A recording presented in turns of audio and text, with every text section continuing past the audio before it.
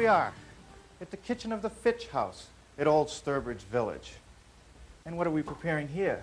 Applesauce. And it smells good. Now, on the other side of this ironing table is the piece I want you to see. It's a cupboard. I've been reminded not to call it a hutch. Back in those days, a hutch meant a rabbit's house. But it's beautifully made from wide pine boards. And down below, note, there are no drawers, just a door. And the area behind was probably used to store foodstuffs or cooking utensils. Well, now here's our version of that indispensable piece of early American furniture, the hutch. It's really nothing more than a modified chest of drawers, with the addition of some raised panel doors down below. And up above, we have this fixed shelf section with a nice crown molding detail to cap it off. Now, one thing you might notice is that I've built this piece with what we commonly call number 2 pine. It has knots, and I think it'll look really nice when it's finished. And the good news is that the number 2 pine is about 1/3 the price of nice clear pine. Now, the first thing we're going to build is this base cabinet. And let's take a look at it. There's a bottom shelf, an intermediate shelf, and then these drawers are held in place by a frame that they ride on. Now, let's take a look underneath.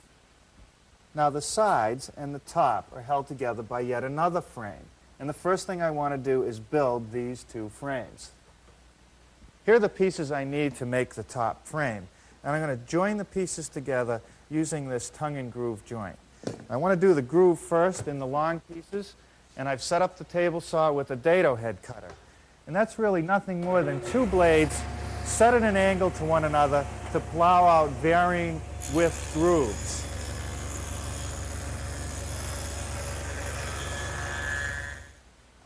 That takes care of the grooves. Now I'm ready for the tongue.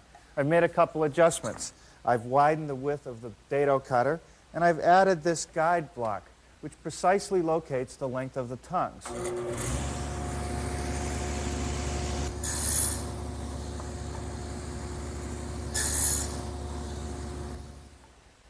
The frame that the drawers ride on is built exactly like the top frame.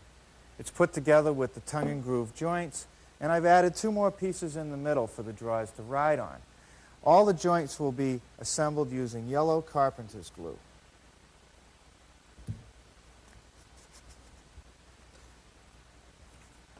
Okay, with it set in place, I'll secure it with a little brad. Before the glue sets up, I'm going to check the frame for square. And when the 2 diagonal measurements are equal, I know I'm all set. Now, I don't have to clamp these because the brads will hold them in place. Now, the drawer, if you notice, as you pull it out, it doesn't tip down. And that's because I've added a little cleat underneath here, and that's fastened to the same frame. And here they are. There's 3 of them. And they get secured in place with some wood screws.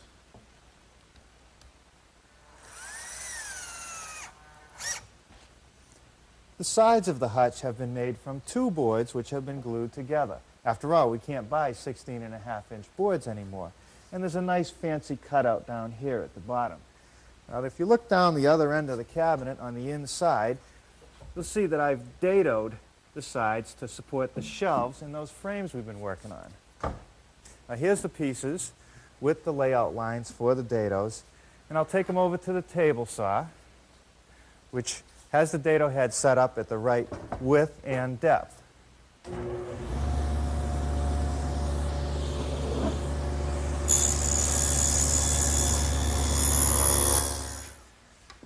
Well, that takes care of the dados for our bottom shelf, the middle shelf, and for the drawer frame. But for the top frame, I need a rabbet joint because the frame will sit flush with the top of the side panel.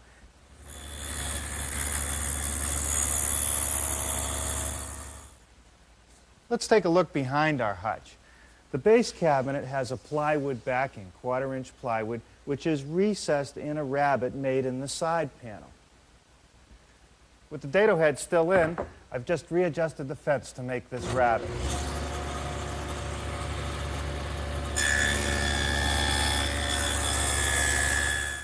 Well, there's no better time than now to cut out this decorative detail in the side panel.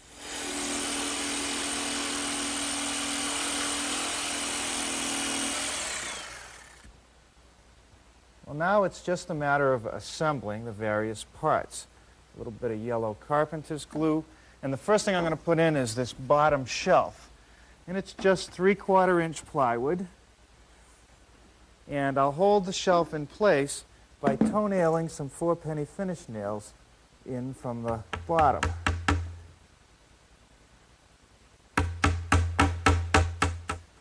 And now the middle shelf, which is just another piece of 3/4 inch plywood. And now the drawer frame.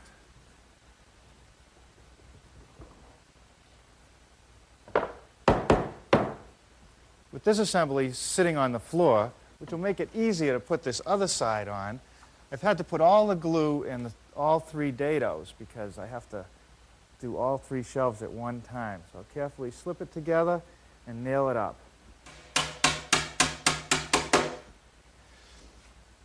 The top frame is held in place with some glue and some 5-penny box nails.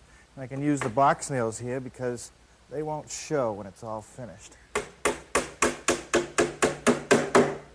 Some more glue, and now the back is ready to go on. This 1/4 inch plywood, I'll just set it down and put a couple nails along the top edge.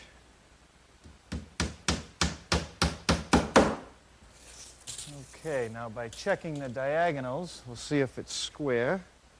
That looks pretty good. So now I'll just nail this corner.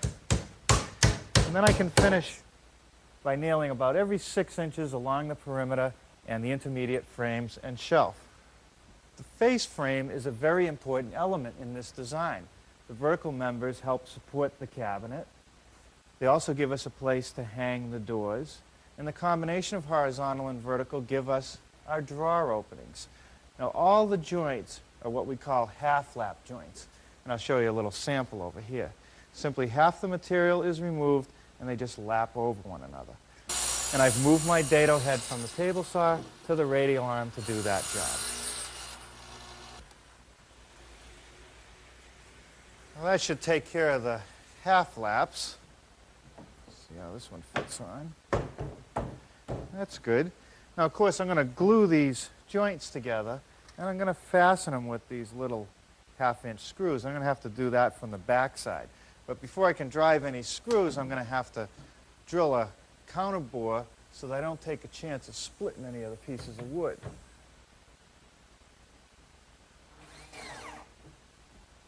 Well, that takes care of the face frame, but before I can put it on the cabinet, I want to cover up the edge of this plywood shelf with this piece of pine, and I'll just glue and nail that in place.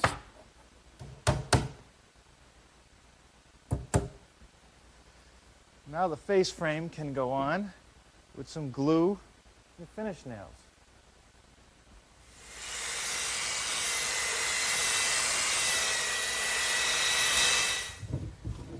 Now, in order to prevent the drawers from wandering from side to side as they go in, I've added some cleats between the drawers and on the end.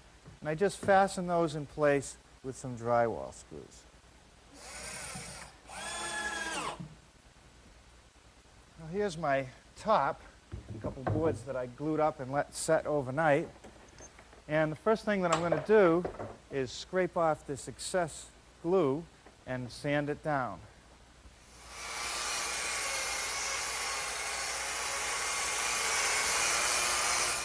Now I need to rip the top to width, and that'll be 18 1/4.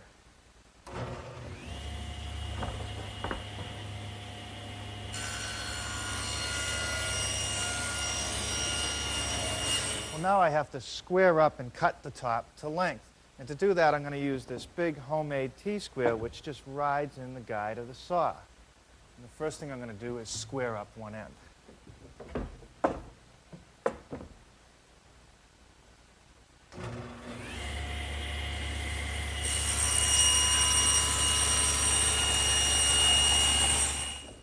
Okay, now I'm ready to cut it to length, and I want it to be 55 1/2 inches long. The best way to fasten the top is just to use a few drywall screws. The next thing I want to do is put this nice detail along the top. And to do that, I'm going to use this 1/4-inch Roman ogee bit. Not Roman orgy, Roman ogee. And I've put it in the router, and because I'm taking off so much wood, I'm going to do it in 2 passes, and I'm all ready for the first.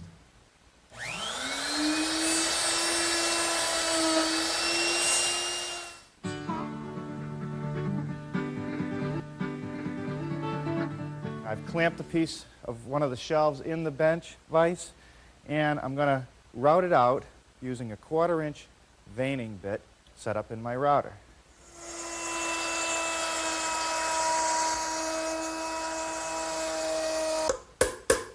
Okay, that takes care of the assembly of the sides and the shelves. They're put together with some glue and nails. And the next thing I want to do is build this face frame. And this was built just like the one I made for the bottom of the hutch.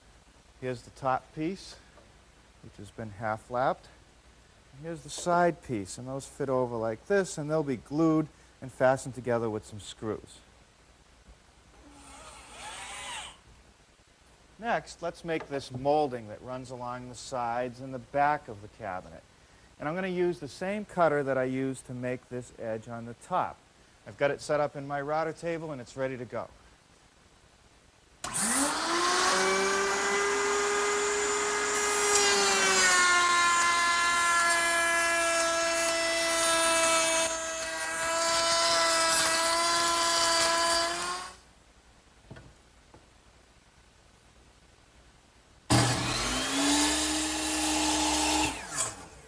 With the upper part of my hutch set upside down on the floor, I'm ready to fit this piece of molding right here.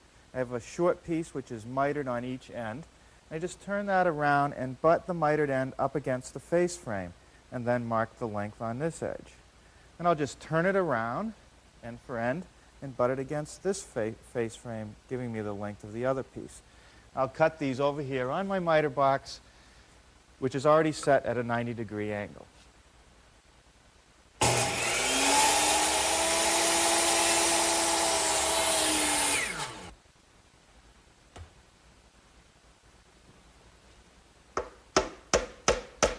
Where the sides meet this back molding, I like to fasten it together with some screws. No one will see the screws, and it's a much stronger joint. This hutch is so heavy that you'd never want to build it as just one solid piece. So I've put a few dowels along the bottom of the top piece, and that'll align it with the base, yet make it removable and still secure. These marks will precisely locate where I have to drill my holes in the base.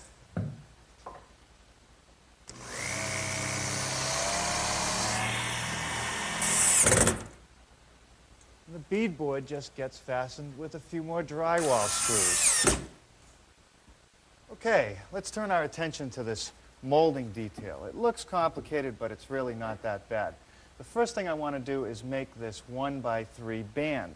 And I've got one underway over at the workbench. Now the corners are put together with some little glue blocks and screws. And what this does is just helps to reinforce the joint. Now you'll also notice that I've held these little blocks up about 1/4 inch, as well as this center block. And that's so that when I put this assembly on the top frame, it'll lap down onto the face frame 1/4 inch. And this assembly is held in place with a couple screws. Next, I'll put a line on that band about 3/4 inch down from the top edge. Next, I want to make this little backer block right here, which is beveled at 40 degrees to match this molding.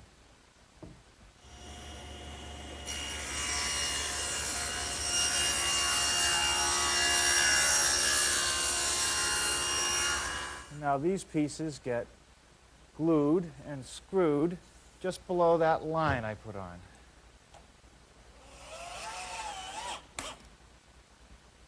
Cutting crown molding is definitely a challenge. What I like to do is simulate what's happening in the field back here in my miter box. So the back fence would relate to this piece, and the table of the miter box would be this piece right here. Also, I've added another piece of wood in this position, which holds the molding in the right place so it won't slide out. And that's clamped right to the table of the miter box. So to cut a piece of molding, I just slide it into place, and I'll make all my miters and fits and be ready to nail it up.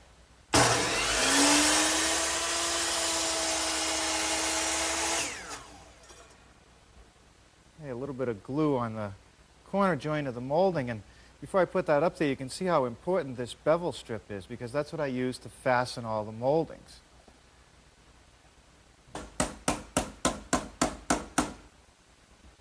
The molding by itself is pretty rigid, but a careless person handling it might cause some damage. So I'm just going to put these little glue blocks in to reinforce it.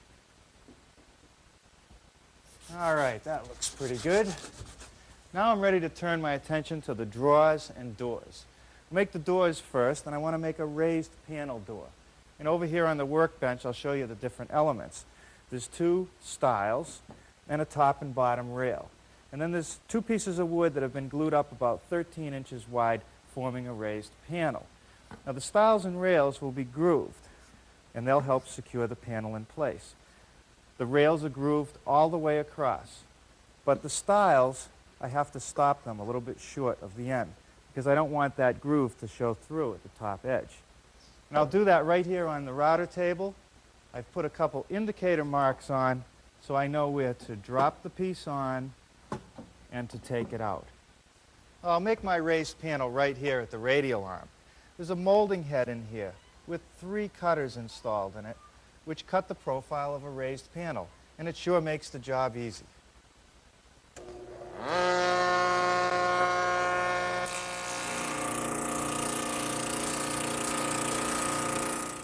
Well, I have a really neat way for putting these door frames together.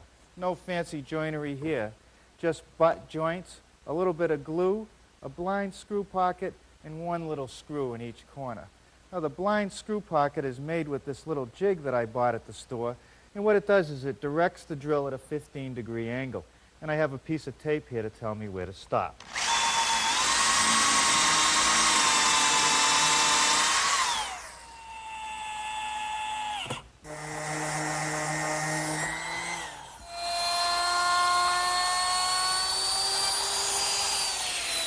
Well, now it's just a matter of rounding over all 4 edges of the door with a 3/8 rounding over bit. The doors also have a rabbet on the back side, on all 4 edges. And that's so that they'll just overlay the face frame. And I'll do that over here on the router table, which is set up with a 3/8 inch rabbeting bit.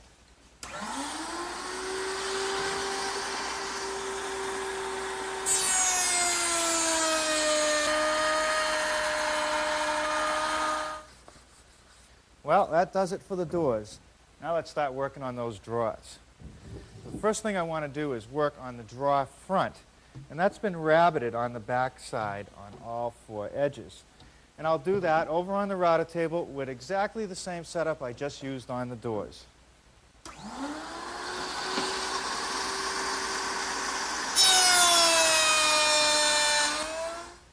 What I have here is a dovetailing jig.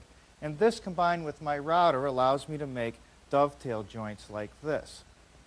A perfect choice for drawer fronts. Now what I've done is mounted one of my rabbeted drawer fronts in the top and one of the sides right here. And following the instructions, I should be able to get a perfect dovetail joint every time.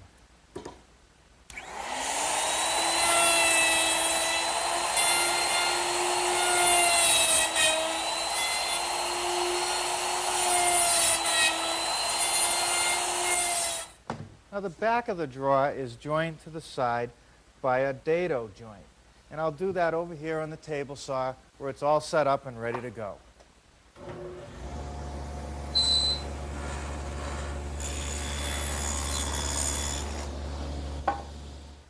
This groove right here in the side of the drawer will receive the plywood bottom.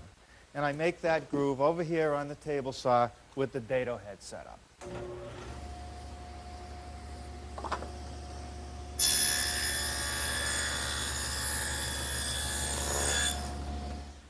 The drawer front also needs a dado, which must align with the one in the side piece.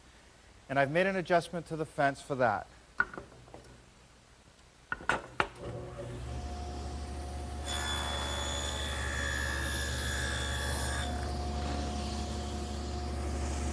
The drawer front is rounded over and has a little lip on the edge. And I'll do that with the router table and a 1/4 inch rounding over bit.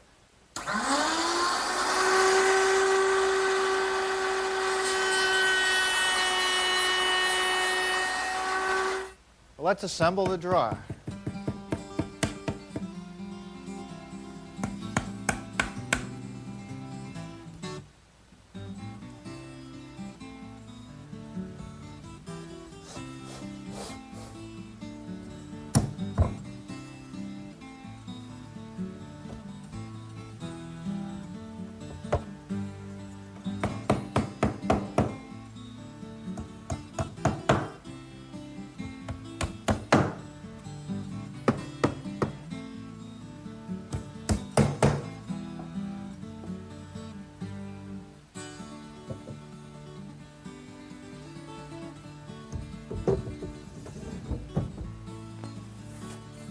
Well, we're all set except for the hardware and the finish. Let's put the finish on first. Well, it takes a little bit of extra time, but the first thing that I like to do whenever I start finishing any of these projects is to put a coat of sealer even on the areas that I'm not going to see when it's all finished. It protects the wood from absorbing too much moisture, and it makes it easier to keep it clean. For my hutch, I wanted sort of a pickled look, and that allows the grain and the knots to show through. The first thing I did was tried some white stain, and that really didn't give me the color I wanted. It's too light. So over here I used a white alkyd paint, and I just put it on with a brush, let it set a little bit, and then I'll wipe some of it off with a rag. And now after about 15 minutes, with a rag dampened with a little bit of mineral spirits, I can take off as much or as little as I want.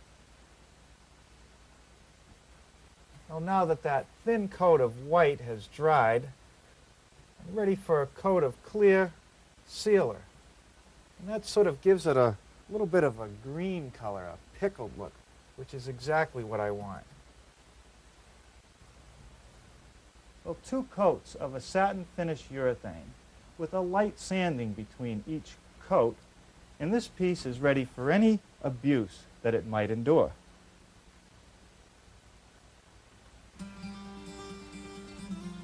I don't know what it is about this hutch, but everybody that sees it wants one.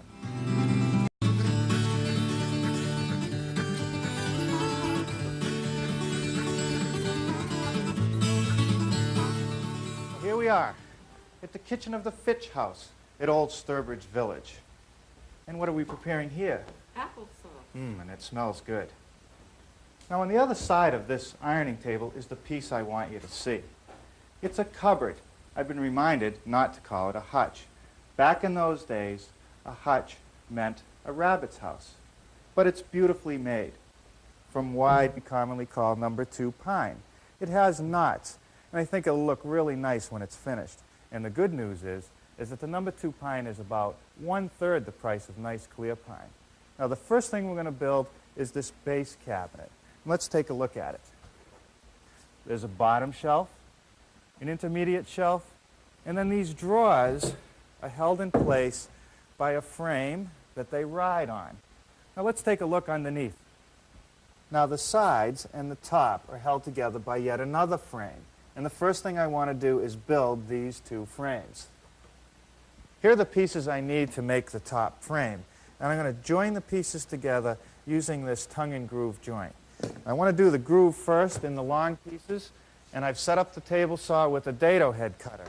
And that's really nothing more than 2 blades set at an angle to one another to plow out varying width grooves.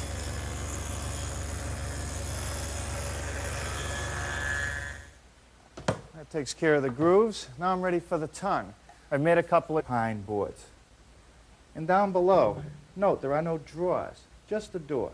And the area behind was probably used to store foodstuffs or cooking utensils. Well, now here's our version of that indispensable piece of early American furniture, the hutch. It's really nothing more than a modified chest of drawers, with the addition of some raised panel doors down below. And up above, we have this fixed shelf section with a nice crown molding detail to cap it off. Now, one thing you might notice is that I've built this piece with what we adjustments. I've widened the width of the dado cutter, and I've added this guide block, which precisely locates the length of the tongues.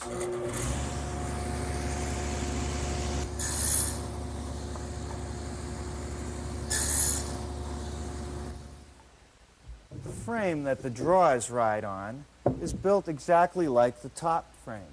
It's put together with the tongue and groove joints, and I've added 2 more pieces in the middle for the drawers to ride on. All the joints will be assembled using